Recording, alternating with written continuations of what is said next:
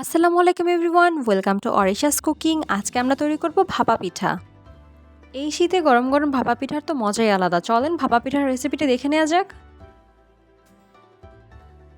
প্রথমে আমি একটি বাটিতে নিয়ে নিচ্ছি 3 কাপ পরিমাণ সেদ্ধ চালের গুঁড়া। আপনারা চাইলে এই পর্যায়ে সেদ্ধ চাল আলা চাল মিলিয়েও নিতে পারেন, আবার চাইলে শুধুমাত্র আলা চাল দিয়েও করে নিতে পারেন। এবার দিয়ে দিচ্ছি স্বাদ মতো লবণ। শুকনো উপকরণগুলোকে ভালো করে মিশিয়ে নিচ্ছি।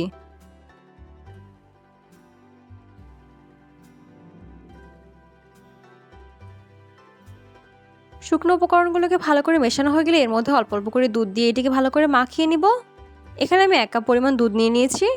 আপনারা চাইলে এর পরিবর্তে পানি দিয়ে এটিকে মাখিয়ে নিতে পারেন, কোনো সমস্যা নেই।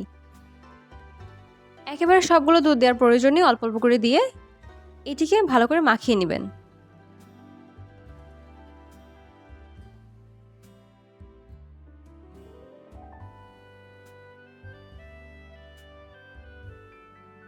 চালের গুঁড়িগুলোকে ভালো করে মাখানো হয়ে গেলে এ পর্যায়ে চালের গুঁড়িগুলোকে ভালো করে ছেঁকে নিতে হবে, যাতে চালের গুঁড়োর মধ্যে কোনো দানা না থাকে। আমি এরকম একটা ছাঁকনি নিয়ে নিয়েছি চালের গুঁড়োকে ছেঁকে নেওয়ার জন্য।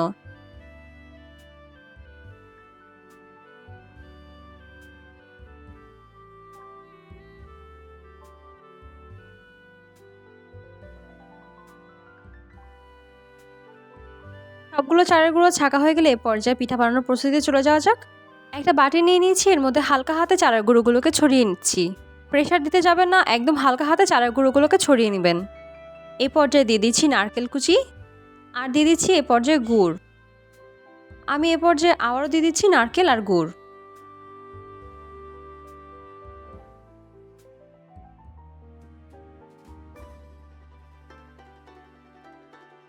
এবার নারকেল আর গুড় দেওয়া হয়ে গেলে ওপর থেকে হালকা হাতে চালের গুঁড়োগুলোকে দিয়ে দিতে হবে এবং চালের গুঁড়োগুলোকে হালকা হাতে চেপে একদম মিশিয়ে দিতে হবে। বেশি জোরে পিঠা প্রেস করতে যাবেন না, তাহলে কিন্তু পিঠা বাটির সাথে থেকে যাবে।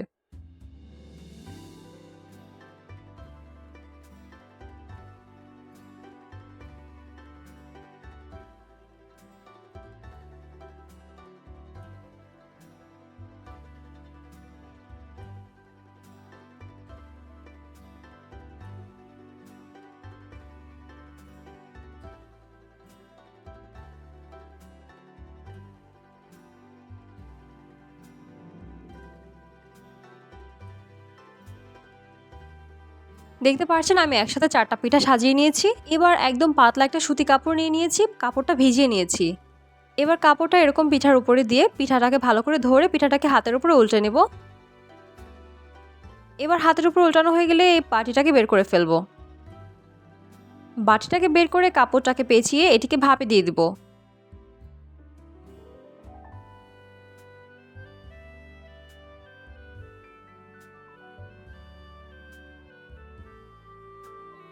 এখানে আমি একটি রাইস কুকারে পানি ভাপ দিয়ে রেখেছি আগের থেকে, এর মধ্যে পিঠাগুলোকে সব দিয়ে দিচ্ছি। 10 থেকে 15 মিনিট পিঠাগুলোকে ভাপ দিয়ে নিলেই হবে।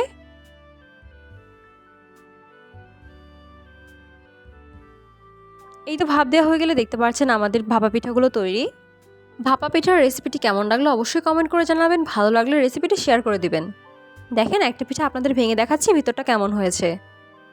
এখন পর্যন্ত আমার চ্যানেলটিকে সাবস্ক্রাইব না করে থাকলে অবশ্যই চ্যানেলটিকে সাবস্ক্রাইব করে দিবেন এবং বেল আইকন ক্লিক করে দিবেন, যাতে নতুন রেসিপির আপডেট পেতে পারেন সবার আগে। আমার রেসিপিগুলো ভালো লাগলে অবশ্যই আমার চ্যানেলটিকে সাপোর্ট করবেন। Thanks for watching. আল্লাহ হাফেজ।